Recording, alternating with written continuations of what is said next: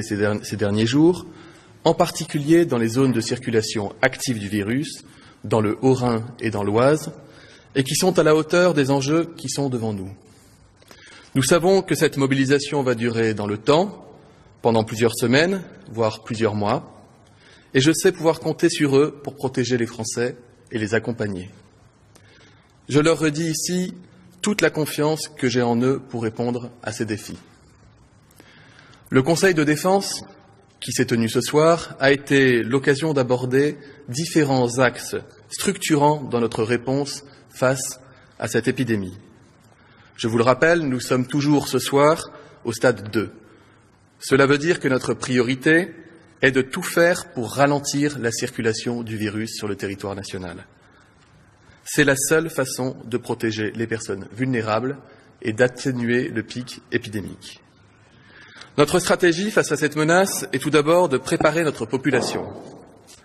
Je réinsiste sur ce point primordial et je continuerai à me répéter autant qu'il le faudra. J'appelle tous les Français à respecter et appliquer les gestes barrières que nous diffusons depuis maintenant plusieurs semaines. Lavez-vous les mains très régulièrement. Toussez dans votre coude et non dans votre main. Mouchez-vous dans un mouchoir à usage unique et enfin ne vous serrez plus les mains ou ne vous embrassez plus. Ce sont les petits gestes qui participent à la plus grande protection et qui nous permettront de ralentir efficacement la propagation du virus. Comme nous vous l'avons annoncé vendredi, nous déconseillons les visites auprès des personnes âgées à domicile pour éviter de transmettre le virus, en dehors des cas d'absolue nécessité, évidemment. Dans les établissements de santé, comme dans les EHPAD, nous vous demandons de limiter les visites auprès des patients à une seule personne. Les visites de personnes mineures ou de toute personne malade sont à prohiber. L'épidémie n'a pas à ce stade touché tout le pays, mais elle progresse dans certains territoires, dans lesquels l'activité virale est très dynamique. Dans d'autres territoires, l'activité virale reste à ce jour pas ou peu détectée. Une logique pour toutes les mesures que nous prenons, individuelles comme collectives. Cette logique, c'est celle qui consiste à freiner. Freiner l'entrée du virus dans les territoires d'où il est absent, freiner sa diffusion lorsqu'il y circule. Le freinage s'organise donc de manière distincte selon les territoires et durera aussi longtemps qu'on constatera sa légitimité scientifique. L'application du freinage répond donc à deux principes, la différenciation et la proportionnalité. Chaque mesure de freinage doit être entreprise territoire par territoire au bon moment. C'est la différenciation. C'est par exemple, et à ce stade, la fermeture des crèches et des établissements scolaires dès qu'une zone devient à circulation virale activée. Envoyer ses enfants à l'école n'est pas dangereux pour les enfants en soi, mais fermer les écoles, fermer les crèches lorsque le virus circule beaucoup permet d'avoir un impact sur la progression virale dans le territoire.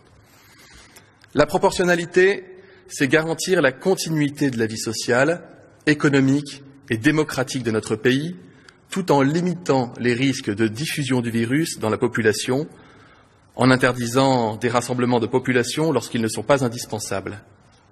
Je rappelle que d'ores et déjà, tous les rassemblements sont interdits sur décision des préfets dans les zones à forte activité virale, comme l'Oise et le Haut-Rhin.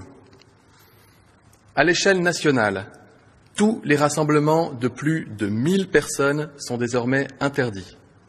Les préfets, les ministères feront remonter une liste d'événements considérés comme utiles à la vie de la nation. Je précise que les manifestations en feront partie, tout comme les concours par exemple, ou encore le recours au transport en commun, qui sont des activités utiles à l'activité de la nation. Je le redis, nous faisons le constat que les mesures de confinement proportionnées, différenciées, ont un impact positif sur la circulation virale. Au-delà de la population, nous préparons également notre système de santé. Notre action vise à garantir qu'il soit prêt à faire face à cette situation. Les professionnels en ville, qui sont mobilisés depuis le début de l'arrivée du virus sur notre territoire, seront les premiers acteurs de la gestion sanitaire lorsque nous serons au stade 3. Je veux les aider dès aujourd'hui à prendre en charge notre population et les protéger pour qu'ils puissent continuer à soigner leurs patients dans toutes les situations. Pour cela, pour simplifier leur travail et simplifier l'accès des patients à un médecin en téléconsultation, je signerai dès demain un décret pour assouplir considérablement les conditions de réalisation de la télémédecine. Dans cette situation exceptionnelle, j'ai en effet souhaité faciliter l'utilisation des outils courants de communication à distance, en plus des plateformes numériques existantes. Nous recommandons à chaque patient de passer par son médecin traitant pour assurer la prise en charge et le suivi. Néanmoins, dans les cas où celui-ci ne serait pas disponible, j'ai décidé de lever l'obligation de passer par son médecin traitant et d'avoir eu une consultation présentielle les 12 mois avant la réalisation d'une consultation à distance. Ainsi, chaque patient pourra, dans son territoire et sur tout le territoire, avoir accès à une téléconsultation quand il en aura besoin. Je pense également à l'hôpital, qui accueille déjà certains des patients les plus graves. Le Premier ministre a annoncé vendredi soir la possibilité de mettre en place le plan blanc dans tous les hôpitaux de France.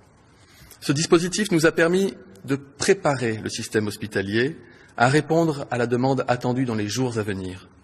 Certains hôpitaux, dans les zones de circulation active du virus, font déjà face à une forte affluence. Je suis de façon très étroite l'évolution de cette situation et assure que l'État met tout à disposition pour leur permettre d'accueillir la population dans les meilleures conditions. Là aussi, afin de faciliter le travail des professionnels de santé qui s'investissent quotidiennement pour soigner leurs patients, j'ai souhaité faciliter les organisations. J'ai donc signé un décret permettant de déplafonner les heures supplémentaires pour les professionnels de santé à l'hôpital, leur permettant ainsi de pouvoir plus facilement assurer la continuité des soins dans les services dans cette situation exceptionnelle. Je pense enfin aux établissements sociaux et médico-sociaux. Le plan bleu a été activé vendredi soir, permettant à chaque EHPAD de renforcer les mesures d'hygiène, de suivi des patients et les effectifs professionnels. Là aussi, je surveille de très près la prise en charge des personnes âgées, que ce soit en établissement ou dans les structures de soins à domicile. Les semaines à venir seront sans doute difficiles, mais vous pouvez compter sur ma mobilisation, celle de l'État et celle de tous les professionnels de santé.